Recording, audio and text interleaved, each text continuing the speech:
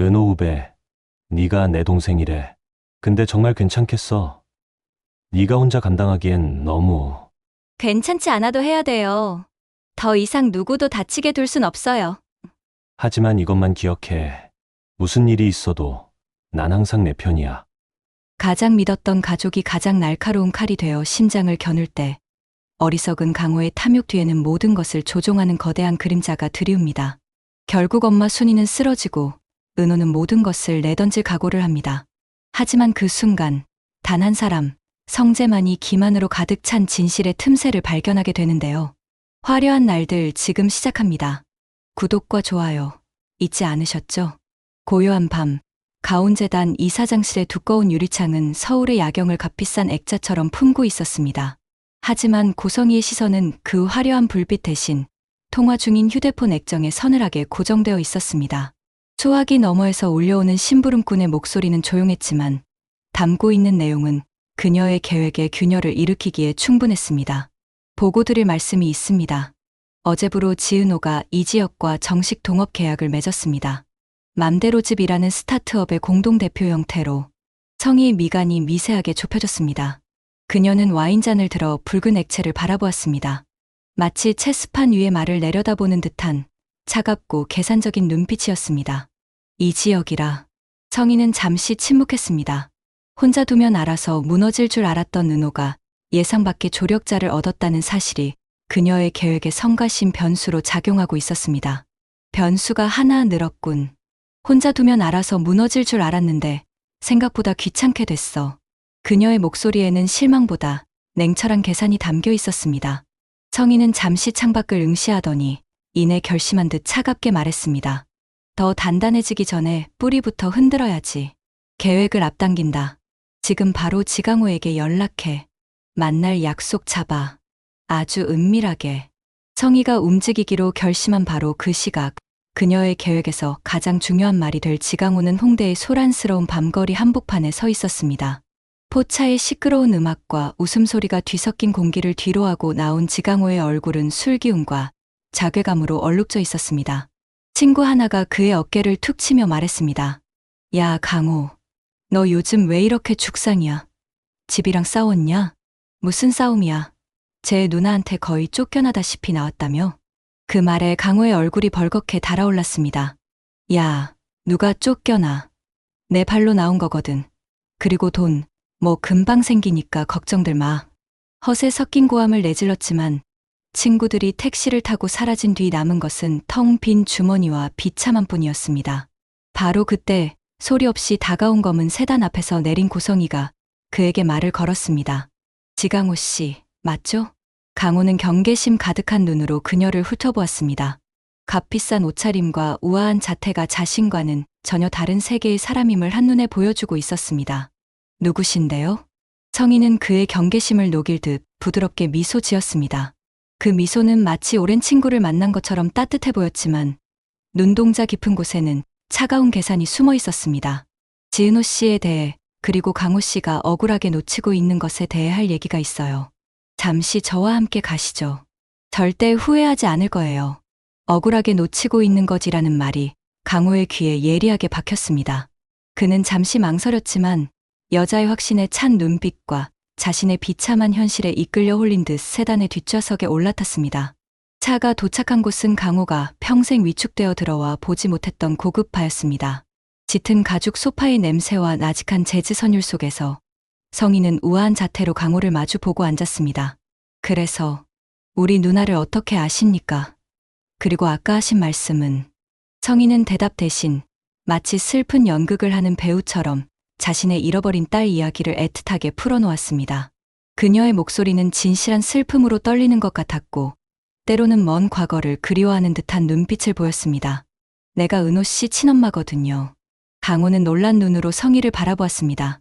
그리고 이건 사실은 강호 씨의 미래였어요. 성희가 내민 것은 정교하게 위조된 학자금 보험 해약 확인서였습니다. 강호의 이름과 주민번호, 그리고 해약금이 순이의 가게 창업 자금과 거의 일치하는 액수까지. 그럴듯한 직인과 서명이 강호의 눈을 어지럽혔습니다. 네. 강호 씨 어머니가 이걸 해약해서 바로 지금 어머니가 운영하는 저 가게를 차리는 데 썼더군요.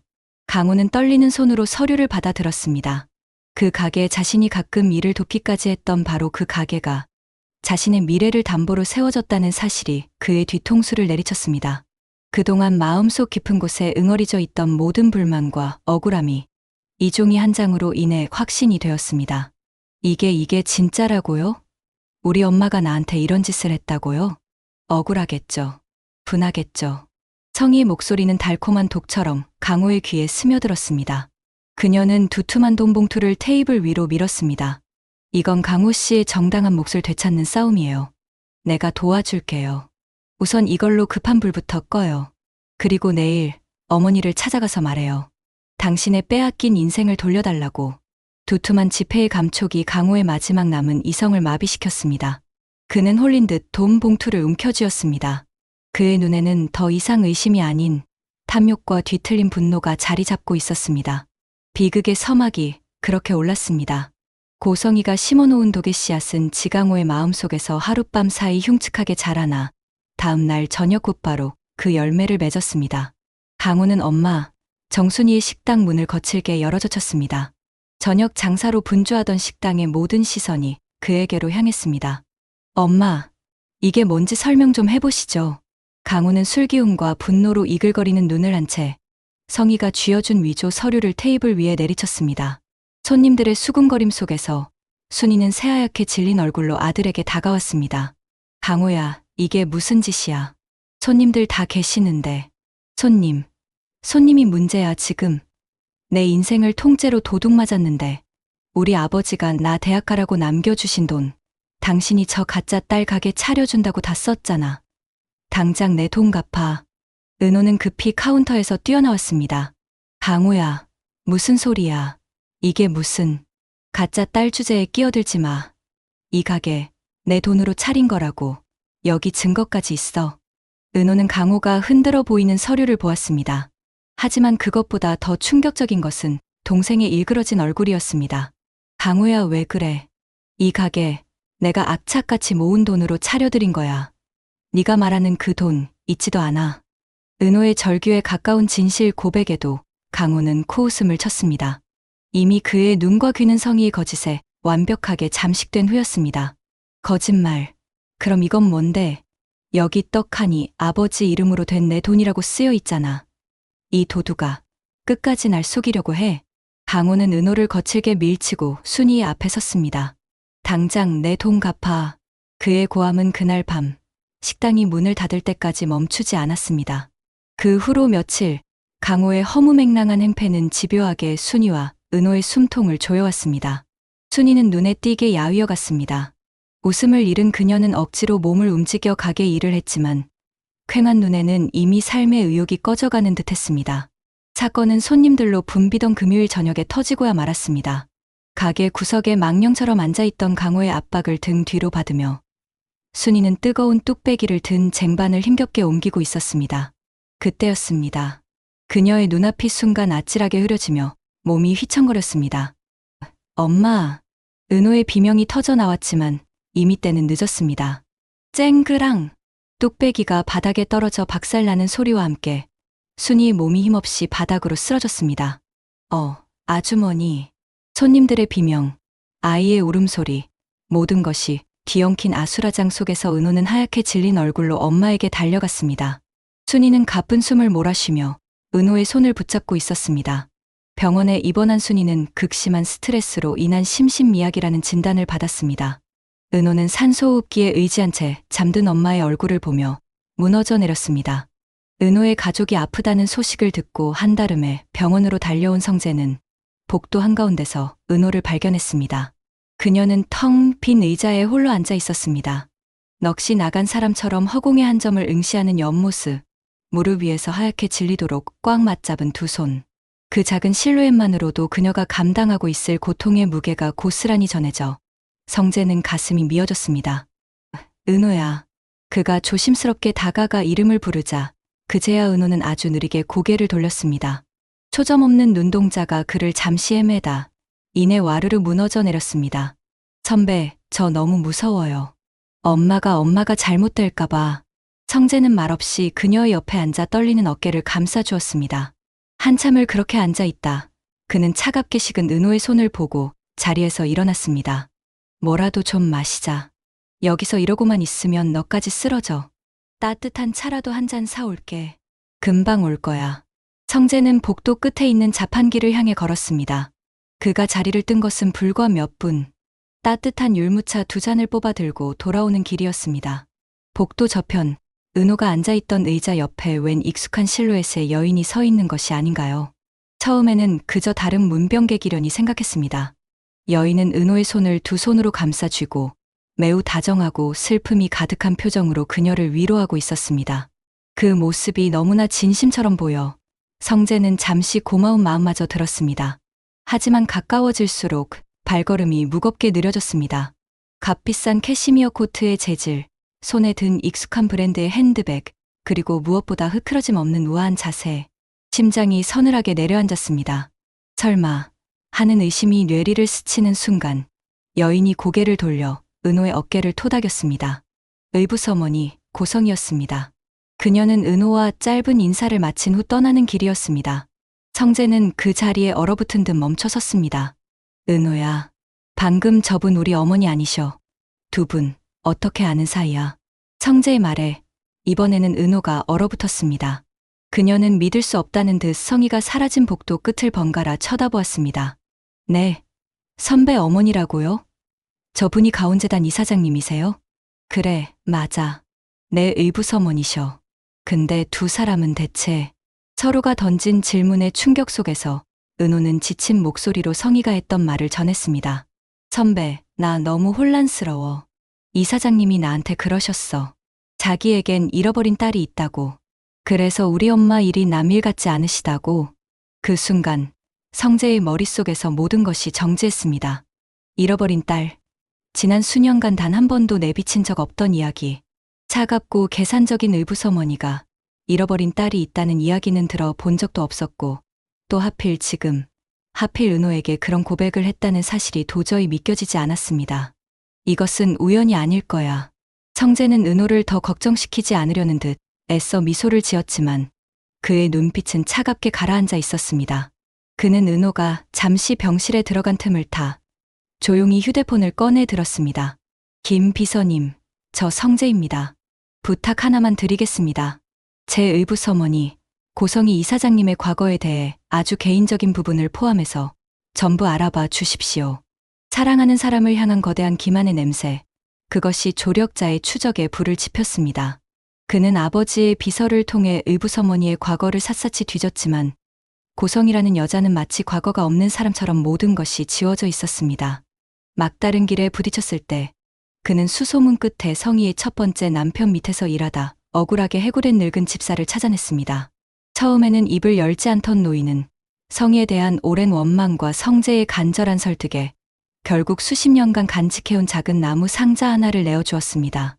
그리고 마침내 그는 모든 것을 알게 되었습니다. 마지막 결전의 날, 그는 병원으로 향하는 은호를 잠시 불러 세웠습니다.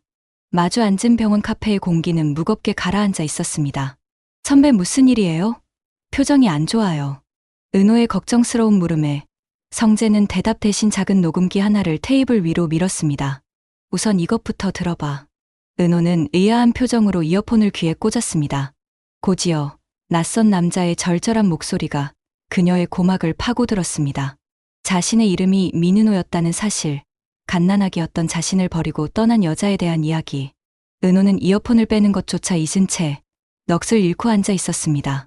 세상이 통째로 뒤집히는 감각이었습니다. 이게 다 뭐예요? 그녀의 떨리는 물음에 성재는 품에서 낡고 빛바랜 흑백 사진 한 장을 꺼내 은호의 앞에 놓았습니다. 갓 태어난 아기를 품에 안고 행복하게 웃고 있는 젊은 시절의 고성이와 그녀의 어깨를 감싸 안은 낯선 남자, 민태우의 모습이었습니다. 이 여자는 가온재단 이사장님. 은호의 목소리가 신라처럼 떨렸습니다. 성재는 그녀의 눈을 똑바로 바라보며 세상에서 가장 무거운 진실을 꺼내놓았습니다. 그래, 우리 의붓어머니. 그리고 그 옆에 있는 아기가 바로 너야, 은호야. 우리 어머니가 잃어버렸다고 말했던 그 딸이 너였어. 순간 은호의 세상이 무너져 내렸습니다. 귓가에서 삐하는 이명이 날카롭게 울리고 눈앞의 모든 것이 초점을 잃고 아득하게 멀어졌습니다. 숨을 쉬는 법을 잊어버린 사람처럼 가슴만 거칠게 오르내렸습니다. 친엄마일지도 모른다고 생각했던 그 사람이, 자신을 버린 사람이 하필이면 성재 선배의 의붓어머니였다는 사실이 거대한 파도처럼 그녀를 덮쳤습니다. 성재는 하얗게 질려가는 은호의 손을 조심스럽게 감싸 쥐었습니다. 은호야, 정신 차려. 미안해. 이렇게 갑자기 하지만 내가 알아야 했어. 그의 따뜻한 온기에 은호는 겨우 현실로 돌아왔습니다. 왜 대체 왜? 정확한 이유는 나도 아직 몰라. 하지만 한 가지는 확실해. 우리 어머니, 너한테 좋은 감정으로 접근한 게 아니야. 분명 다른 목적이 있어. 널 이용하려는 거야. 성재의 목소리에는 차가운 분노가 서려 있었습니다. 그는 은호의 손을 더욱 꽉 쥐었습니다. 내 가족이 너한테 저지른 일이야. 의붓어머니지만 내가 대신 사과할게. 정말 미안하다. 그의 진심 어린 사과에 은호의 눈에서 참았던 눈물이 툭 떨어졌습니다. 하지만 은호야, 이것만은 기억해. 오늘 어떤 선택을 하든, 어떤 진실을 마주하든 나는 항상 내 편이야. 무슨 일이 있어도 내가 내 옆에 있을게. 성재의 굳건한 약속은 혼돈의 바다에 빠진 은호에게 유일한 등대처럼 느껴졌습니다. 그녀는 눈물을 닦고 테이블 위에 놓인 사진과 녹음기를 단단히 움켜쥐었습니다. 그녀의 눈빛이 슬픔을 넘어 차가운 결의로 빛나기 시작했습니다. 병실 문이 열리고 돈에 눈이 먼 아들과 위선적인 친모가 함께 들어서는 모습은 그 자체로 한 폭의 잔인한 그림이었습니다. 엄마, 몸은 좀 어때? 하지만 정사는 아직 끝나지 않았어. 누나 오면 똑똑히 말해. 내 돈 내놓으라고. 강호는 일말의 죄책감도 없이 누워있는 순이의 침대맡에 의자를 끌어다 앉았습니다. 성희는 마치 자신이 진짜 딸이라도 된 것처럼 순이의 이마를 다정하게 짚으며 말했습니다. 어머님, 너무 상심 마세요. 강호 씨가 오죽하면 이랬겠어요. 다 제가 어떻게든 해결해 볼게요. 은호 씨만 마음을 열면 되는데. 그녀의 위선적인 위로가 병실을 채우던 순간 문이 다시 한번 열렸습니다. 그럴 필요 없겠네요. 차갑고 단단한 목소리. 들어선 것은 은호였습니다. 성희의 얼굴에 순간 당혹감이 스쳤지만 이내 온화한 미소를 지어 보였습니다. 어머, 지 실장. 어디 갔다 이제 와. 어머님이 얼마나 찾으셨는데. 강호 씨가 와서 좀 속상하셨나 봐. 이 지긋지긋한 연극, 이제 그만하시죠. 은호의 싸늘한 대답에 성희의 미소가 굳었습니다. 은호는 더 이상 성희를 이사장님이라 부르지 않았습니다. 성희 씨, 당신이 내 어리석은 동생에게 어떤 거짓말로 상처를 줬는지, 그리고 당신이 나를 버리고 떠난 진짜 이유가 무엇인지, 이제는 전부 다 알고 있습니다. 무슨 소리야, 지 실장. 갑자기, 듣고도 그런 말이 나올지 어디 한번 보죠. 은호는 망설임 없이 손에 든 녹음기의 재생 버튼을 눌렀습니다. 그 여자는 나를 버렸습니다. 갓 태어난 내 딸까지 버리고 돈 많은 남자에게로 떠났어요. 내 딸 은호, 그 아이 이름은 원래 민은호였습니다. 병실의 고요함을 깨고 낯선 남자의 절절한 목소리가 울려 퍼졌습니다. 성희의 얼굴이 새하얗게 질려갔습니다. 꺼, 당장 그거 꺼. 저게 무슨 소리야. 강우 역시 혼란스러운 얼굴로 성희와 은호를 번갈아 쳐다보았습니다. 민은호? 이게 무슨 소리야? 녹음이 끝나자 성희는 사시나무처럼 떨며 악을 썼습니다. 거짓말이야. 저 남자가 돈 몇 푼의 양심을 판 거라고. 거짓말이라고요? 은호는 품에서 성재가 건네준 낡은 흑백 사진 한 장을 꺼내 성희의 눈앞에 내밀었습니다. 그럼 이 사진 속의 아기는, 이 사진 속의 남자는, 그리고 이 사진 속에서 세상 가장 행복하게 웃고 있는 당신도 거짓말인가요?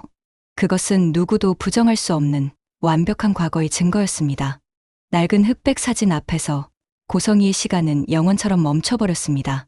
그녀의 완벽했던 가면은 산산조각 나 바닥으로 떨어졌고 그 아래에는 추악하고 일그러진 욕망의 민낯만이 남아 있었습니다. 그녀는 갑자기 광기 어린 웃음을 터뜨렸습니다. 그래, 맞아. 내가 버렸다. 그 지긋지긋한 가난과 함께 너도 버렸어. 그렇게 내 과거를 전부 지우고 여기까지 왔는데 이제 와서 그 남자가 너를 찾기 시작했다고. 알아? 무슨 말이에요? 내 존재 자체가 내 모든 것을 무너뜨릴 폭탄인데 가만히 앉아서 당하란 말이니? 그래서 먼저 찾아온 거야.